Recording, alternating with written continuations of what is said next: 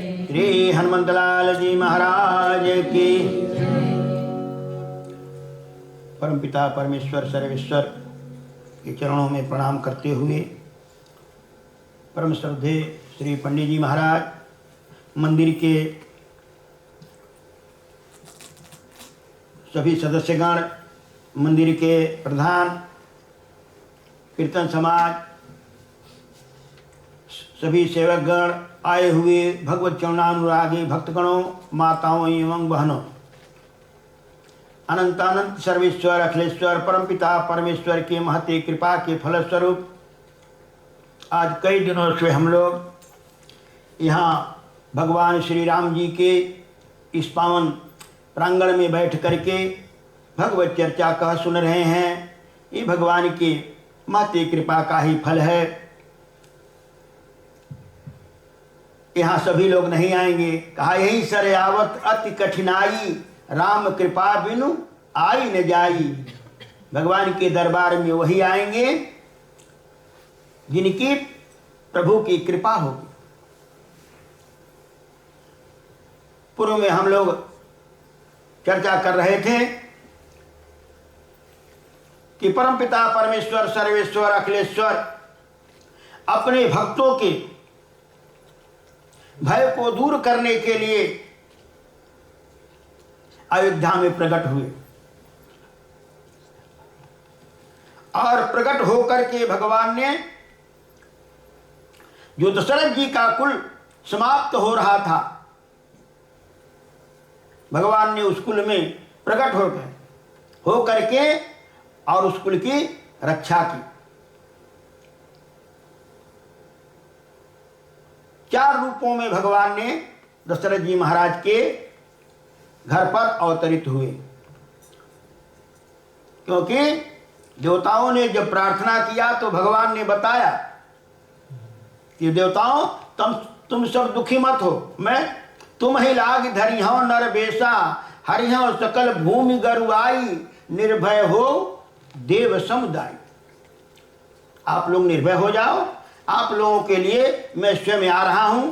देवताओं ने पूछा कहाँ आ रहे हैं, तो भगवान ने बताया कश्यप यदिति महातप कीना, तिन कह मैं पूरब बर दीना, ते दशरथ कौशल्या रूपा, तिनके गृह अवतरिहौ जाई, रघुकुल तिलक सो चारि भाई।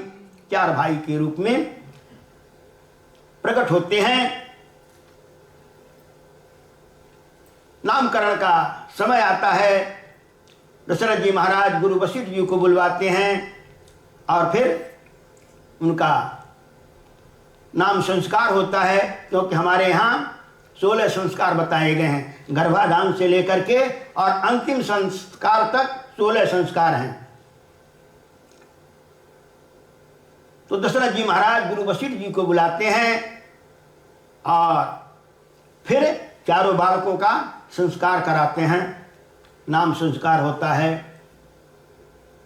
बड़े राजकुमार का नाम जब वशिष्ठ जी महाराज जी रखते हैं तो कहते हैं आपका यह जो राजकुमार हैं, बड़े राजकुमार, इनके नाम अनेक अनूपा, इनके अनेक नाम हैं और ये होंगे कैसे? कहा जो आनंद सिंधु सुख राशि, सीकरते त्रैलोक सुपासी, सो सुख धाम राम यश नामा, अपर लोक दायक विश्रामा। ये सारे संसार को विश्राम देने वाले होंगे, सारे सुखों के धाम होंगे। यदि हमें सुख चाहिए, सुख की कामना सभी लोग करते हैं, यदि हमें सुख चाहिए तो उनसे हम अपना संबंध जोड़ें, क्योंकि वो सुख के समुद्र हैं, सुख के निधान हैं। दूसरे राजकुमार का नाम जब रखते हैं तो कहते हैं विश्व भरण पोषण कर जोई, ताकर नाम भरत यश होई। जो विश्व का भरण पोषण करने वाले हैं वो भरत जी महाराज हैं। आगे अयोध्या को छोड़कर भगवान जब चले जाते हैं तो सारी अयोध्या का भरण पोषण भरतलाल जी करते हैं। तो कहा ये विश्व के पोषण करने वाले हैं और छोटे राजकुमार का नाम रखते हैं कि जिनके नाम से रिपु जो हैं, शत्रु जो हैं, वो दहल जाएंगे, उनका नाम शत्रुघ्न रखा। और अंत में लक्ष्मण जी का नाम रखते हैं कि राम जी के परम प्रिय होंगे। तो इस प्रकार से चारों भाइयों का नाम संस्कार हुआ। फिर भगवान थोड़ा और बड़े होते हैं तो उनका कर्ण वेद उपवीत होता है, कर्ण वेद होता है, जनेऊ संस्कार होता है। फिर गुरुकुल में पढ़ने जाते हैं। गुरु गृह गए पढ़न रघुराई, अल्पकाल विद्या सब आई। गुरुकुल में जाकर के थोड़े ही समय में सारी विद्याओं का अध्ययन कर लेते हैं। अयोध्या में बाल लीलाएं की और लीलाओं के बाद भगवान की लीलाएं, क्योंकि समय हम लोगों के पास कम है, कथाएं बहुत करनी है, इसलिए थोड़े में सब कहते चलता हूँ। नहीं तो भगवान की बाल लीला देखने के लिए जब जन्म हुआ है उस समय साक्षात भगवान भोलेनाथ पधारे हैं। कहते हैं जब जन्म हुआ तो महास दिवस कर दिवस भा, मरम न जान कोई।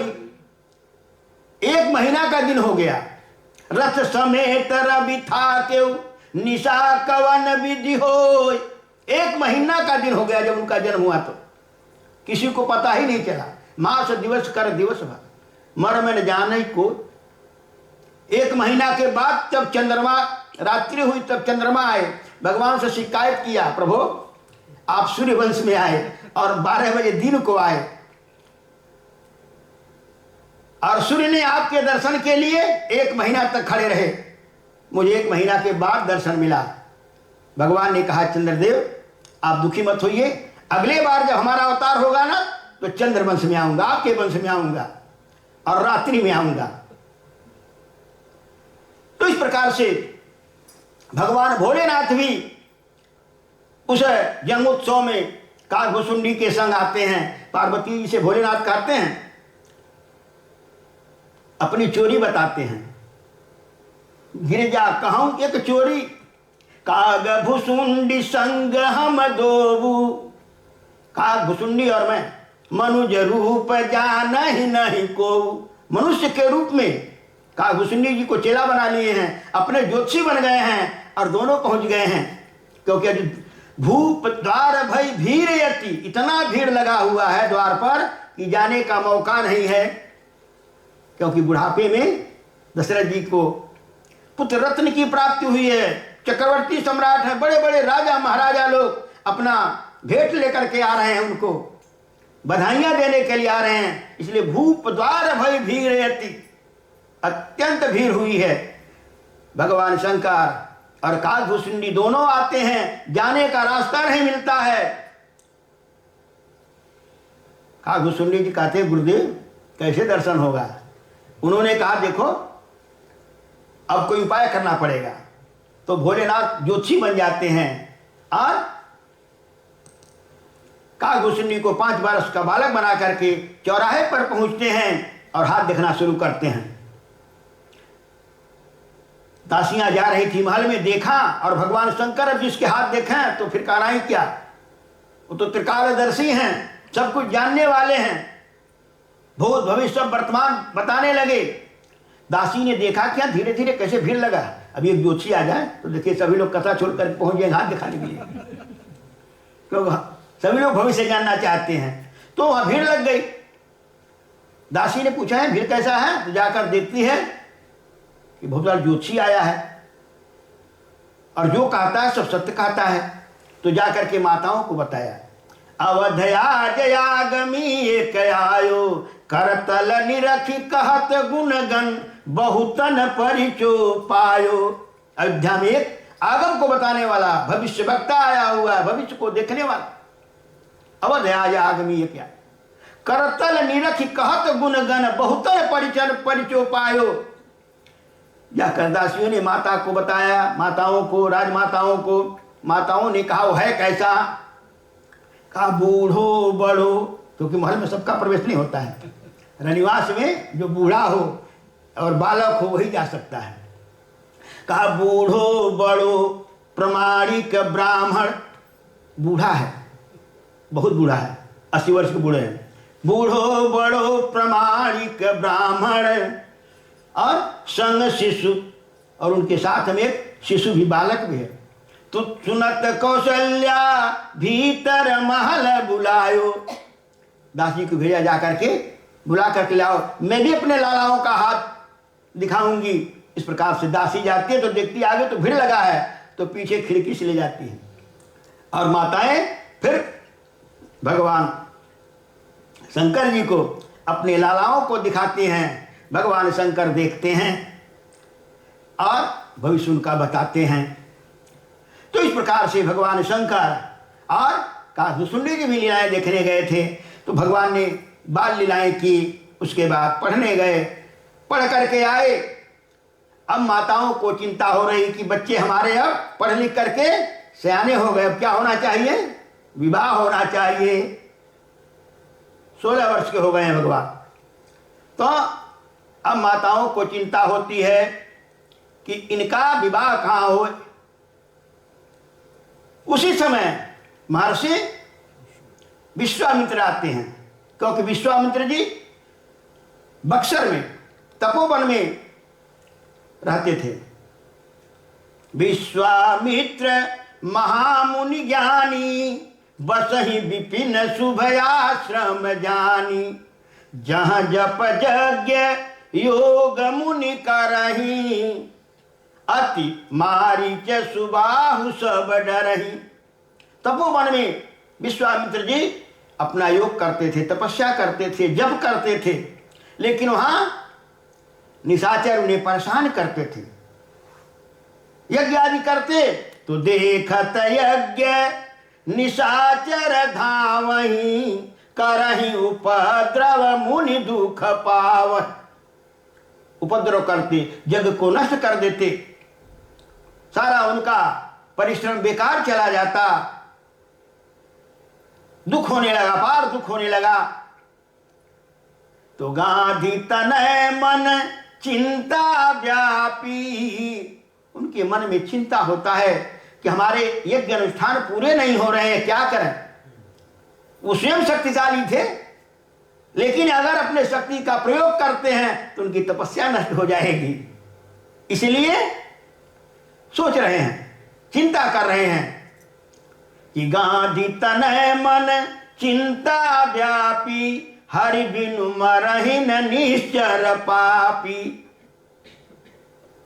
हरि के बिना इस दुख से हमें कोई छुड़ाएगा नहीं, क्योंकि पापान दुखान हरतित हरि, सारे पापों और दुखों को हरने वाले प्रभु हैं। प्रभु ही इन्हें समाप्त करेंगे। इस प्रकार से चिंता करते हुए सोते हैं। जब रात सो जाते हैं तो रात में स्वप्न देखते हैं। क्या? भगवान शंकर जी आते हैं और इन्हें स्वप्न देते हैं, ऋषि आप दुखी क्यों हो रहे हो? वह परमपिता परमेश्वर सर्वेश्वर अखिलेश्वर जो है इस समय अयोध्या में प्रकट हुआ है और प्रकट हो करके नाना प्रकार की लीलाएं कर रहे हैं। इसलिए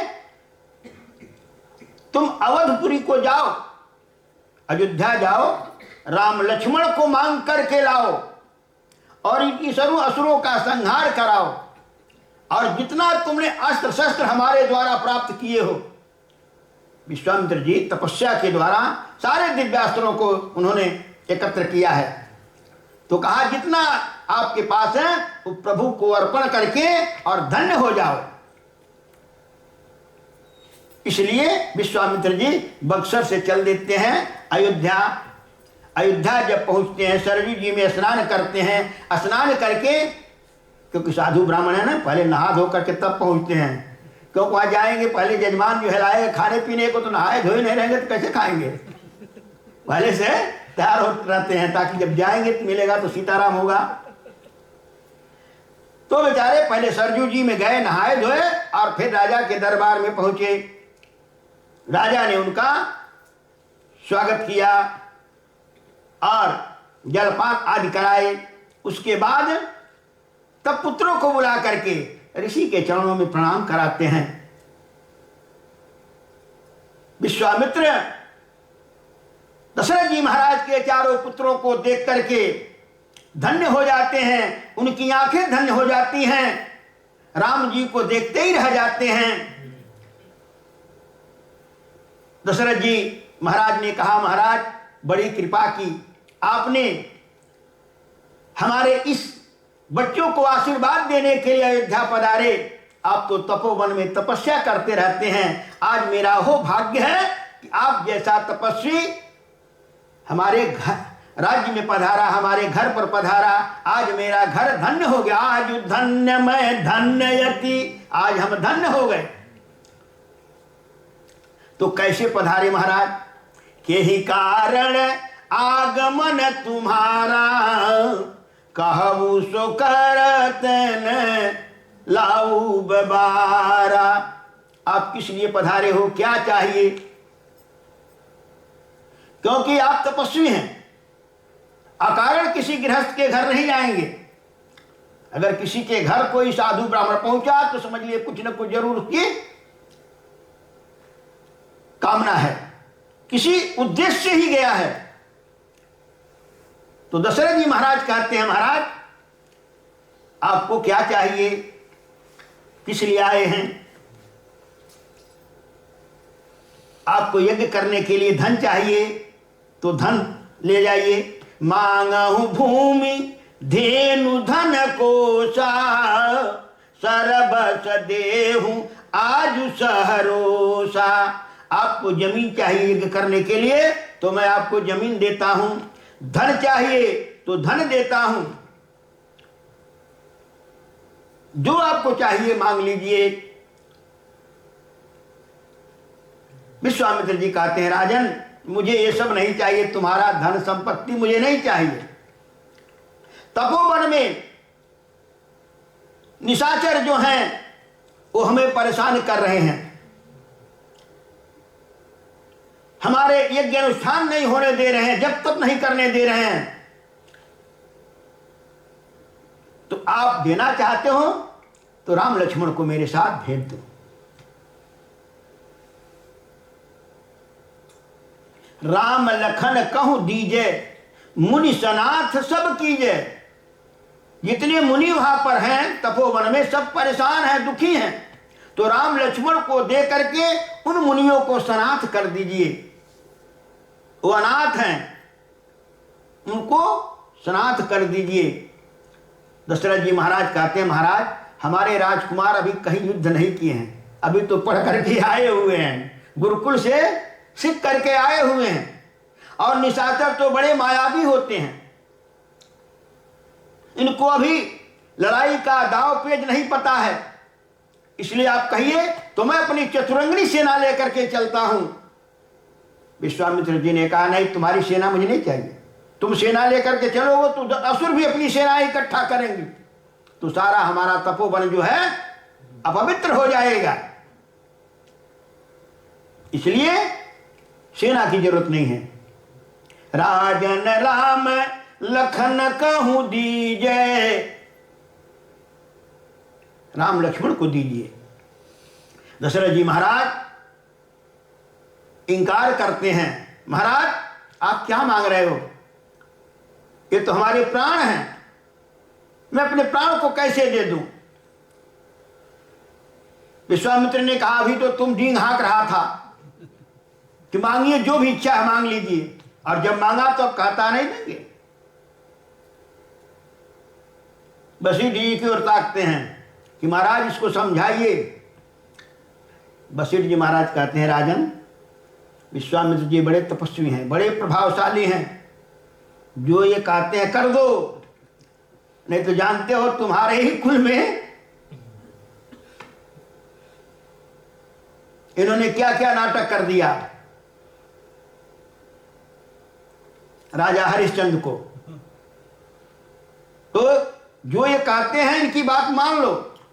दशरथ जी महाराज को तब वशिष्ठ जी महाराज कहते हैं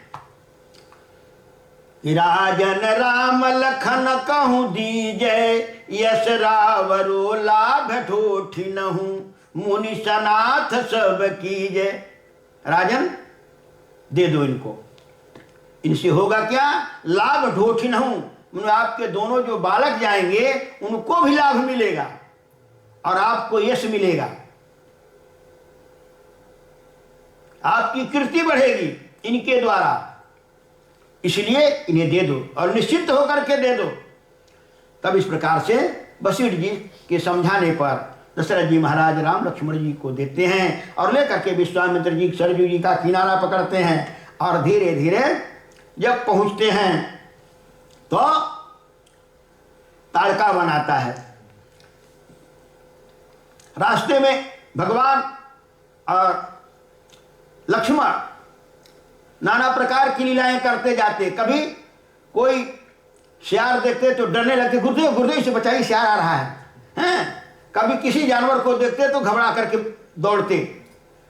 विश्वामित्र जी सोना कि अरे मैंने सुना, सोय अवतार सुने जग माही, देखे कछ प्रभाव कछु नाही। ये तो डर रहा है सियार से और गिदड़ से डर रहा है, पक्षियों को देख करके भय कर रहा है, ये हमारा क्या करेगा। लेकिन बेचारे भ्रम में पड़ते जा रहे हैं। जब तपोवन आया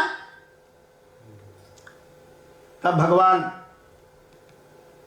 को विश्वामित्र जी कहते हैं राम लक्ष्मण तो अपने धनुष बाण को ठीक कर लो, उनके प्रत्यायें कस लो, क्योंकि ताड़का वन आ रहा है और वह ताड़का बड़ी दुष्टा है। सुनी ताड़का, जब ये लोग बात कर रहे थे वो सोई थी और सुन लिया तो सुनी ताड़का क्रोध करी धाई, अपना अस्त्र लेकर के दौड़ पड़ी। विश्वामित्र जी कहा राम इसको जल्दी मार दो, जल्दी मारो इसको। भगवान राम ने कहा महाराज हमारे गुरुदेव ने, हमारे गुरु वशिष्ठ जी ने कहा स्त्रियां अबद्ध होती हैं, स्त्रियों के ऊपर शस्त्र नहीं चलाना चाहिए, ये धर्म कहता है। तो महाराज हम कैसे, एक तो अभी शुरू शुरू में बाण उठा रहे हैं और ये अबला के ऊपर कैसे मैं चलाऊं। विश्वामित्र जी ने कहा राम ये अबला नहीं है, ये शस्त्र लेकर के आ रही, अब सबला बन गई है, अगर तू नहीं मारोगे तो तुम्हें मार डालेगी और ये बड़ी दुष्टा है, इसने हजारों स्त्रियों का सुहाग उजाड़ा है, इसको छोड़ देगा तो अभी हजारों को मारेगी, हजारों स्त्रियों को रुलाएगी, और एक को मारोगे तो हजारों की यदि रक्षा हो जाएगी तो ये पुण्य का काम होगा। इसीलिए देखेंगे दोनों अवतारों में, रामावतार में और कृष्णावतार में, भगवान जब शुरू करते हैं तो पहले देवियों से शुरू करते हैं। इधर ताड़का और उधर पूतना, पूतना भी दूध पिलाने के आई, दुष्टा है। तो भगवान ने सोचा अगर इसको छोड़ देंगे, सैकड़ों बच्चों को मारी है और फिर हजारों स्त्रियों को दुख देगी। तब इस प्रकार से विश्वामित्र जी ने जब कहा, भगवान राम ने एक ही बाण प्राण हरि लीना, दीन जानते ही निज पद दीना। एक ही बाण से उसका प्राण पखेरु समाप्त कर देते हैं और दीन जानते ही निज पद दीना, दीनहीन जानकर भगवान ने अपने पद को भेजा, क्योंकि भगवान राम के हाथों से जो मरेगा वो नरक में थोड़ी जाएगा। भगवान राम का दर्शन भी किया है और भगवान के दर्शन का फल भी तो कुछ होता है, भगवान के दर्शन का फल होता है। सब साधन कर सुफल सुहावा, सब जितना हम लोग साधन भजन करते हैं उसका फल क्या है? राम लखन से दर्शन पावा। सब साधनों का फल है भगवान का दर्शन, और भगवान के दर्शन का क्या फल है? उसका भी तो कुछ फल होता है। भगवान के दर्शन का फल क्या है? भगवान ने स्वयं बताया, मम दर्शन फल परम अनूपा, जीव पावे निज सहज स्वरूपा।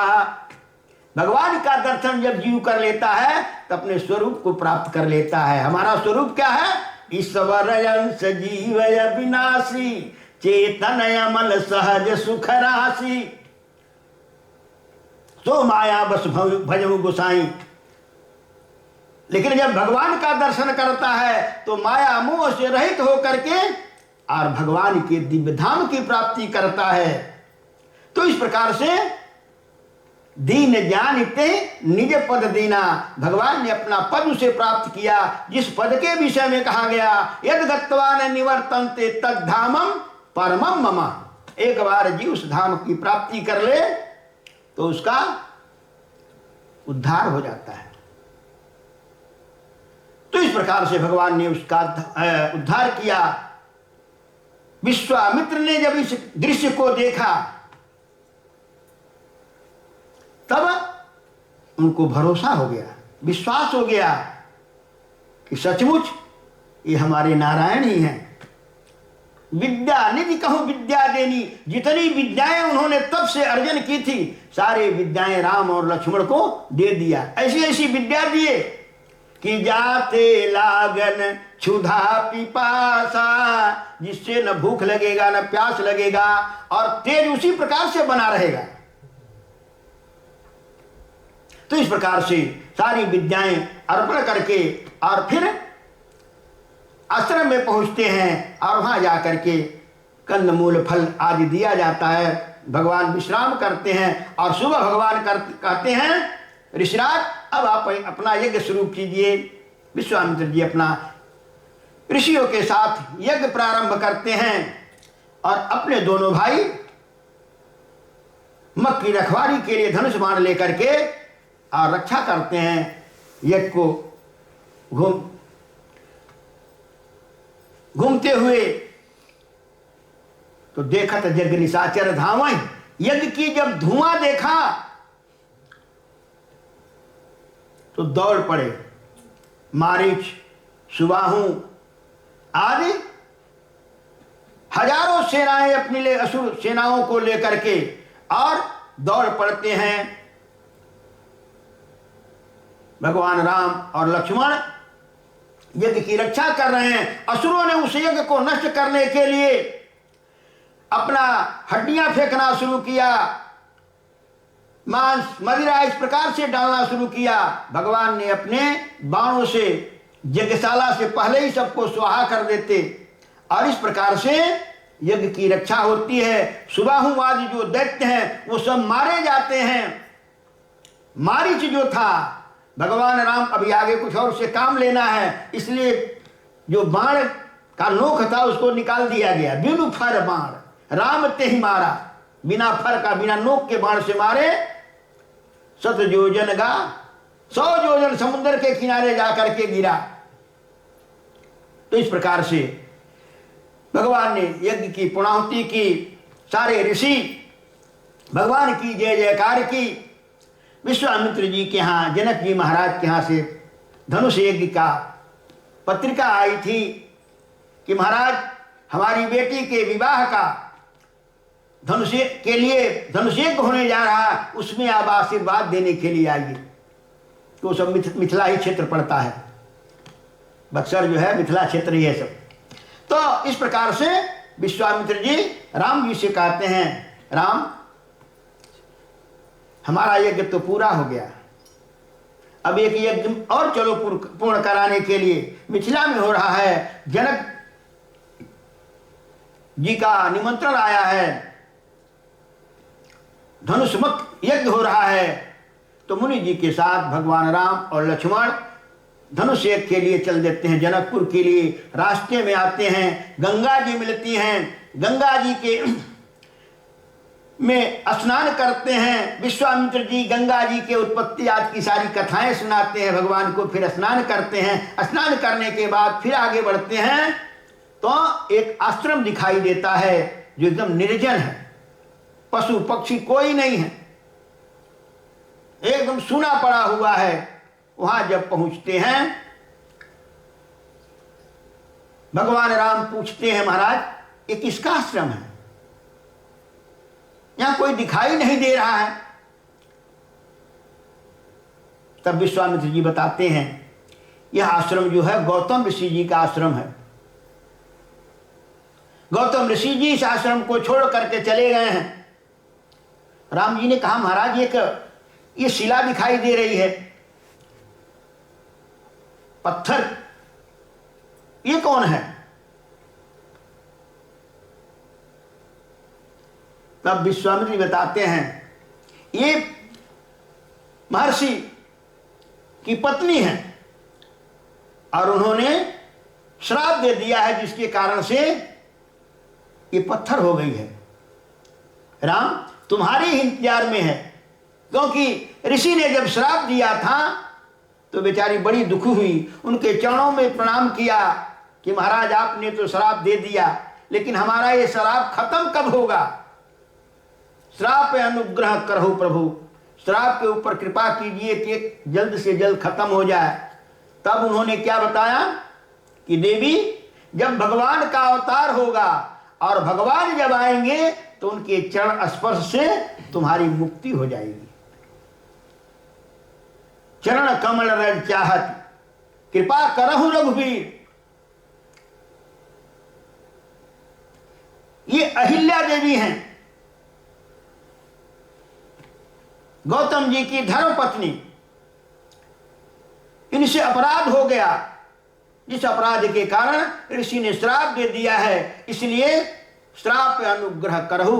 अब उस श्राप से मुक्ति करने के लिए हे रघुवीर, आप अपने चरणों का स्पर्श कर दीजिए ताकि इसकी मुक्ति हो जाए। तो इस प्रकार से भगवान राम ने अपने चरण से स्पर्श नहीं किया, बल्कि सोचा कि कैसे तो ऋषि हैं और मैं राजा के घर में जन्म लिया हूं, तो मैं कैसे इनको पैर से स्पर्श करूं? तो पैर से उन्होंने अपने धूल फेंक दिया। चरण कमल रज चाहत, कृपा करहु रघुवीर। ये आपके चरण के रज को चाहती है। चरण छुनाने में आपको आपत्ति है तो चरण से आप रज फेंक दीजिए।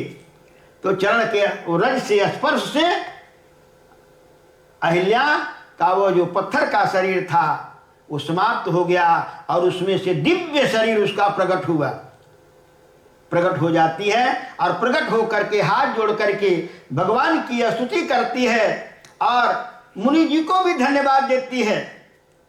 मुनि श्राप जो दीना अति भल कीना, परमय अनुग्रह मैं माना। ऋषि ने श्राप दिया तो मेरा प्रायश्चित हो गया, लेकिन आज मेरे ऊपर बड़ी कृपा उनकी थी कि आप प्रभु का दर्शन हुआ, जिनके दर्शन के लिए अमलात्मा विमलात्मा महात्मा लोग ध्यान धारणा समाधि लगते हैं। जन्म जन्म मुनि जतन कराही, अंत राम कहीं आवत नाही। वह प्रभु आज मेरे नेत्रों का विषय बन रहा है, आज मैं उनका दर्शन कर रही हूं। तो इस प्रकार से अपने भाग्य की सराहना करती है। मुनि श्राप जो दीना अति भल कीना, परम अनुग्रह मैं माना। इस प्रकार से भगवान की स्तुति करते हुए गई पति लोग अपने पति के लोक के लिए प्रस्थान कर जाती है। फिर भगवान वहां से आगे चलते हैं, जनकपुर पहुंचते हैं। आगे आगे विश्वामित्र जी हैं, उनके पीछे भगवान राम हैं, उनके पीछे लक्ष्मण हैं। तीनों अपना जनकपुर पहुंचते हैं। जनकपुर नगर के बाहर एक अमराई देखते हैं, एक बगीचा देखते हैं। आम का सुंदर बगीचा है। उसी बगीचे में विश्वामित्र जी ने कहा आज यही विश्राम किया जाए, यही आसन डाला जाए। तो उसी आम के बगीचे में विश्वामित्र जी ने अपना आसन लगाया।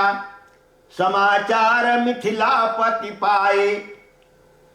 जनक जी महाराज को समाचार मिला कि बक्सर से आए हुए हैं विश्वामित्र जी, महामुनि आए। तो ब्राह्मणों को लेकर के, ऋषियों को लेकर के उनकी अगवानी करने जाते हैं। जाकर के उनको वैदिक मंत्रों से उनका अभिवादन करते हैं और चरणों में प्रणाम करते हैं। कि महाराज बड़ी कृपा की, आज हमारे इस उत्सव में, विवाह महोत्सव में आप पधारे। उस समय जब जनक जी गए थे तब भगवान राम और लक्ष्मण बगीचे में देखने की गए थे, कभी हम लोग रहा जाएगा तो कहीं जल पानी कहाँ है सवेरे नहाने वहाने के लिए, तो गए हुए थे। सवेरे फूल चाहिए तो फूल के लिए। इधर जब जनक जी महाराज विश्वामित्र से बात कर रहे थे, उसी समय दोनों भाई आते हैं। जनक जी महाराज जब देखा उन दोनों राजकुमारों को, तो उनका जो बैरागी मन था, बरबस भगवान के चरणों में लग जाता है। भगवान राम को देखते ही उनका जो ब्रह्म ज्ञान था वो भाग गया। और विश्वामित्र जी उनको बगल में बैठाते हैं, दोनों भाइयों को। जनक जी पूछते, महाराज ये दोनों कौन हैं? ये मुनि कुल के हैं, ये ऋषि कुल के हैं कि क्षत्रिय कुल के हैं? इस प्रकार से उनसे पूछते हैं। इन्हें विलोकत अति अनुरागा, बरबस ब्रह्म सुख ही मन त्यागा। जो मैं निरंतर ब्रह्म सुख में रहता था, आज मेरा मन इनको देखते ही इनके अनुराग में रंग गया। ये कौन है? तब विश्वामित्र जी बताते हैं, यह चक्रवर्ती सम्राट दशरथ जी महाराज के राजकुमार हैं। ये दोनों राजकुमारों को अयोध्या से मैं अपने यज्ञ की रक्षा के लिए मांग करके लाया था, और इन्होंने हमारे यज्ञ की रक्षा की, निशाचरों का, असुरों का संहार किया, हमारे यज्ञ की पूर्णाहुति कराई। तो आपका निमंत्रण आया था धनुष यज्ञ का, तो हमने कहा चलिए एक और यज्ञ है उसको भी पूर्ण कराइए, तो इसलिए मैं आया हूं। जनक जी ने कहा, महाराज आप तो महात्मा हैं, आप तो इस बगिया में रह सकते थे, लेकिन ये तो राजकुमार हैं, ये कैसे इस बगीचा में रहेंगे? इनके लिए भाई महल चाहिए, इसलिए आप चलिए, आप इनके लिए चलिए। तब ले जाकर के उनको दिया जाता है रहने का स्थान। फिर वहाँ भगवान और उससे लोग रहते हैं। जनक जी महाराज जाते हैं सवेरे, भगवान राम इधर जब वहाँ वास करने लगते हैं तो भगवान राम कहते हैं विश्वामित्र से, महाराज लक्ष्मण जो है इन नगर को देखना चाहता है।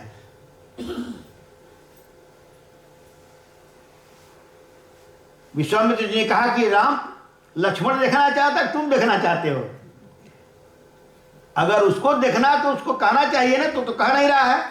राम जी ने कहा, प्रभु आपके भय से संकोच कर रहा है, संकोच भय के कारण वो नहीं कह रहा है। आपकी यदि आज्ञा हो तो नगर दिखाई तुरंत ले आओ, नगर का दर्शन करा करके मैं तुरंत लेकर के आ जाऊं।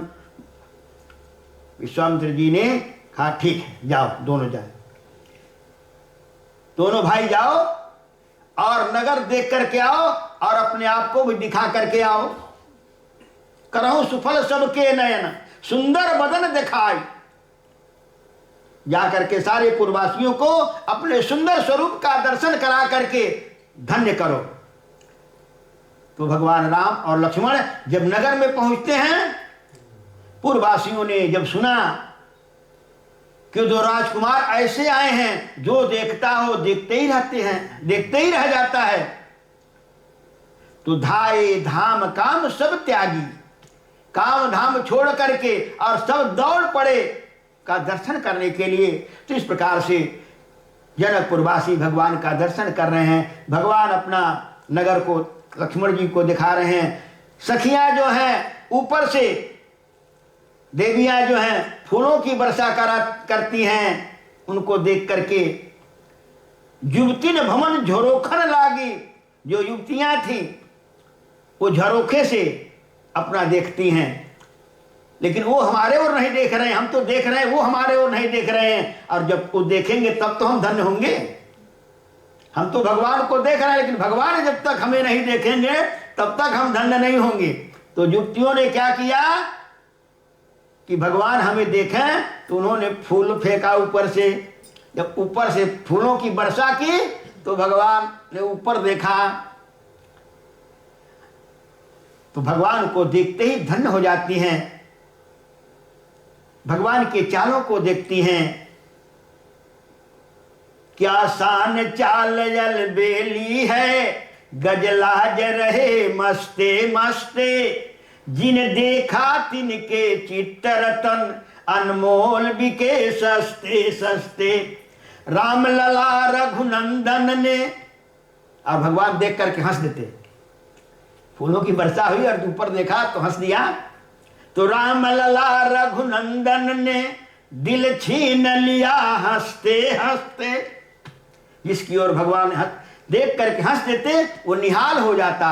तो इस प्रकार से भगवान अपने भक्तों को आनंद दे रहे हैं, और इस प्रकार से आनंद देते हुए भगवान आते हैं, ऊपर से फूल वर्षा कर कहती हैं कि महाराज कल फुलवारी में मिलिएगा। इसका अनेक भाव हैं।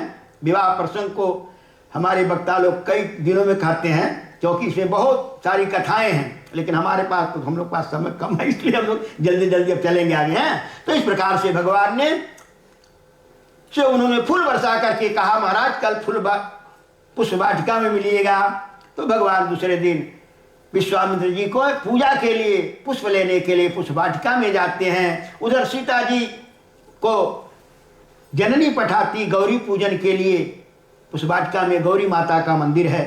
कन्याओं को गौरी माता का पूजन करना चाहिए, उनसे वरदान मांगना चाहिए, उनकी कृपा से उनका जीवन मंगलमय होता है। तो इस प्रकार से गौरी पूजन जननी पठाई माता सखियों के साथ भेजती हैं। सीता जी आती हैं गौरी पूजन के लिए। इधर राम लक्ष्मण दोनों को विश्वामित्र जी कहते हैं जाओ जनक जी के बगीचे से पुष्प ले आओ पूजा करने के लिए। तो दोनों वहां पूजन करने के लिए पूजा लेने के लिए गए हैं, और उधर से वो पूजा करने के लिए आई हैं।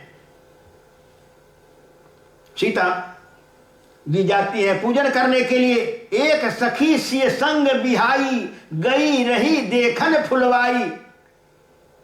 साथ को छोड़ करके जो सखियां आई हैं, और तो सब गई हैं मंदिर में, लेकिन एक साथ को छोड़ करके फुलवारी घूमने चली गई।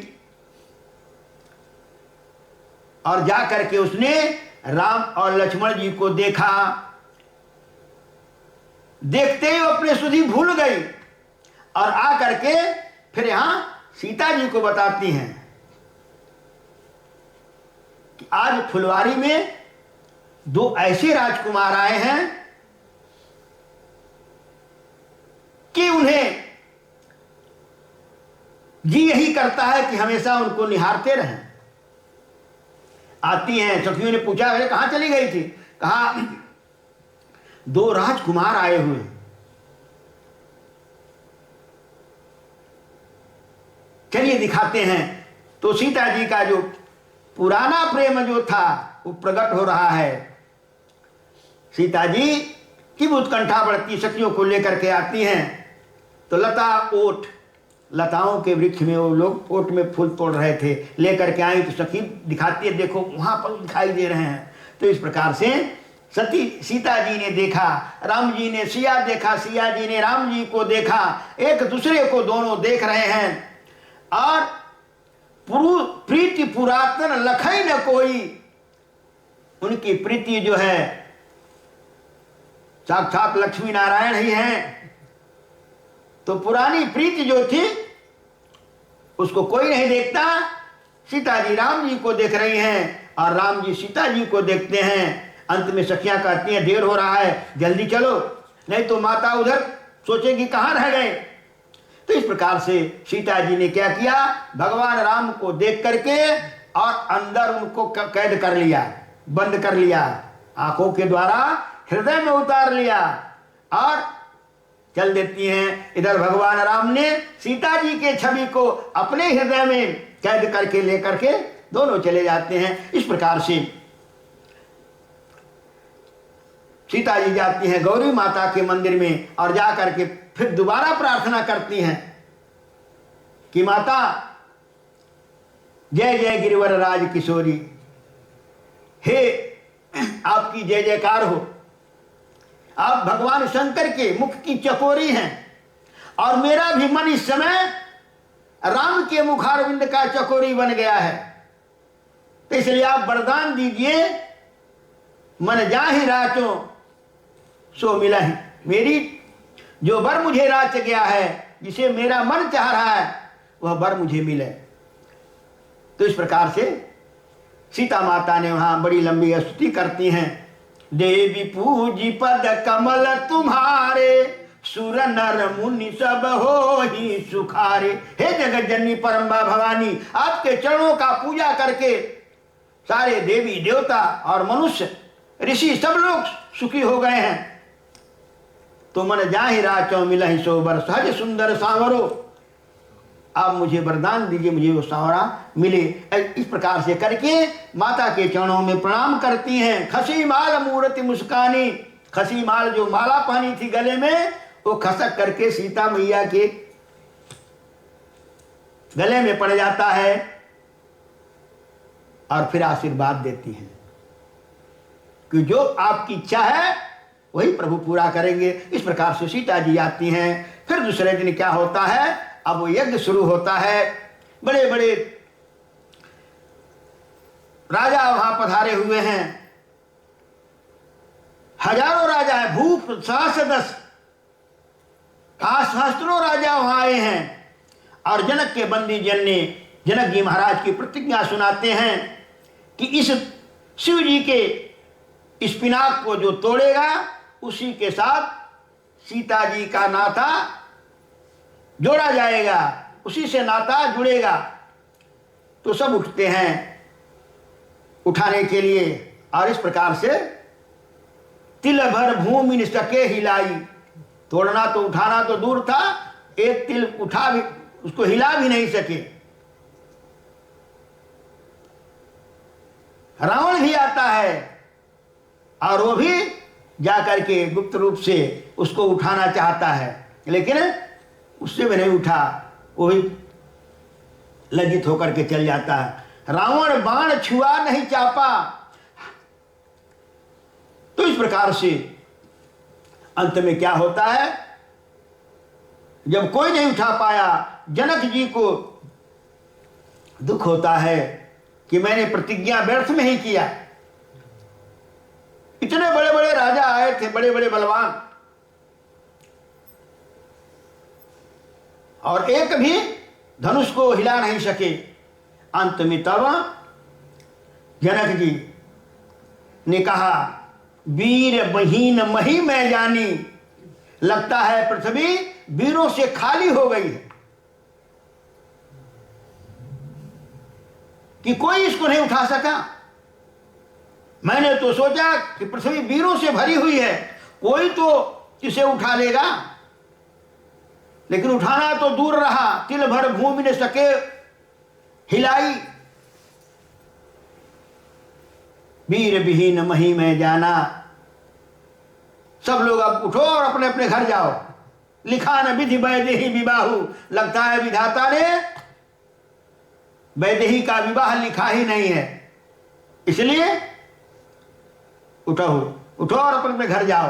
जब इस प्रकार से जनक जी ने कहा वीर विहीन मही में जानी, लक्ष्मण जी का सुने तो उनको क्रोध आया। महाराज जनक कही जैसी अनुचित वाणी, आपने अनुचित कहा। विद्यमान रकुल मन जानी, जिस सभा में हमारे रकुल के शिरोमणि भगवान राम हैं, मेरे भैया राम बैठे हुए हैं, और वहां इस प्रकार से आप कहते हैं। यदि भैया का आदेश हो तो ये धनुष क्या है, मैं पृथ्वी को उठा लूं और कांचे खटडिम दारव फोड़ी, इस घड़ा को उठाकर फोड़ दिया जाता है, मैं इस पृथ्वी को उठाकर तोड़ दूं, यदि भैया का आदेश हो तो। इस प्रकार से लक्ष्मण जी जब बोले, क्रोध में आकर के पृथ्वी कांप उठी। जनक जी ने कहा, मैं किसी को दुख देने के लिए नहीं कहा था, मैं तो अपने संताप के कारण कहा था। तो विश्वामित्र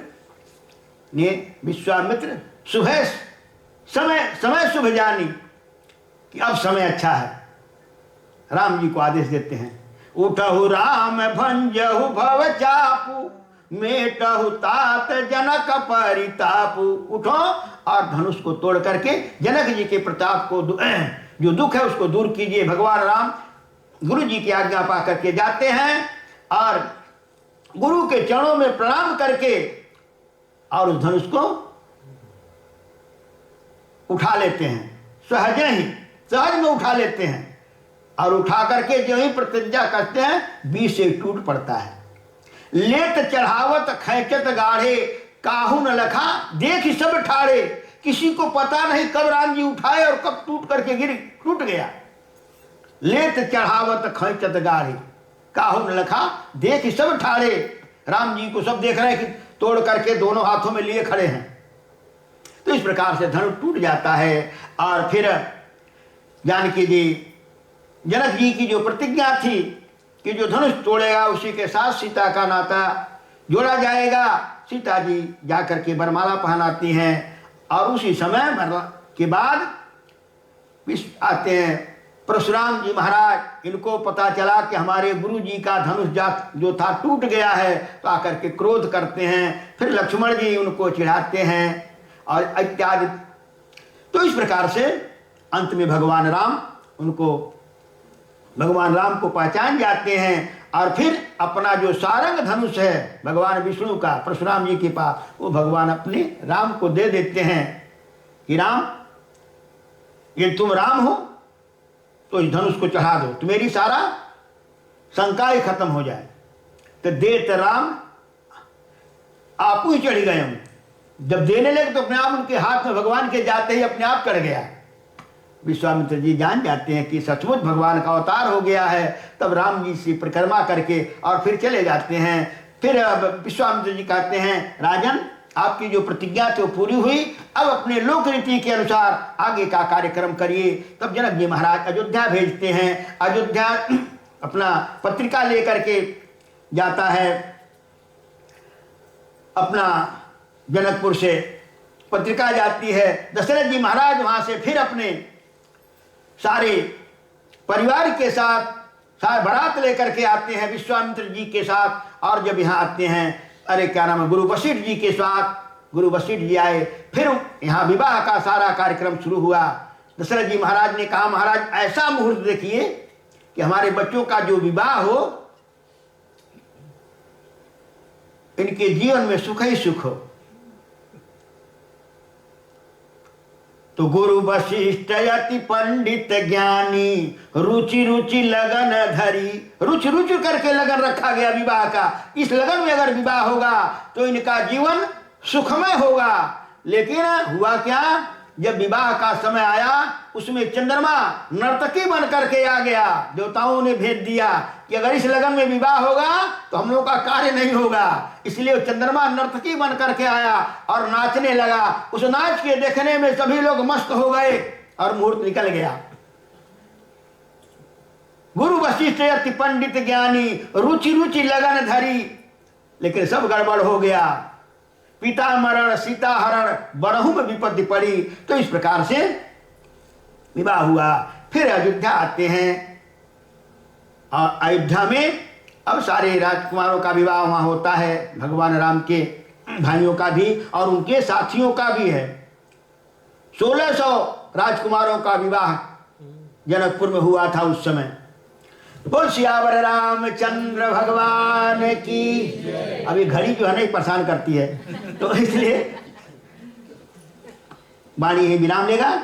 श्री राम जय जय राम, श्री राम जय जय राम, श्री राम जय जय राम, श्री राम जय जय राम। बोलिए श्यावर रामचंद्र भगवान की, श्री हनुमान जी महाराज की, सब परिवार शंकर भगवान की, सब संत भगवान की, जनता जनार्दन की, यज्ञ और यज्ञ जजमान की जय जय सीताराम, हर हर महादेव। ज़्यादा जरूरी है कि यहाँ पर 7:30 बजे से फिर से सुंदरकांड के पाठ महाराज जी हमसे करवाएंगे। खुद ही करेंगे, हम लोगों को साथ देना है और उसके बाद में इस कथा को आगे बढ़ाएंगे। तो बहुत खुशी की बात है आज आप सब आए, कोशिश करके ना हम सिर्फ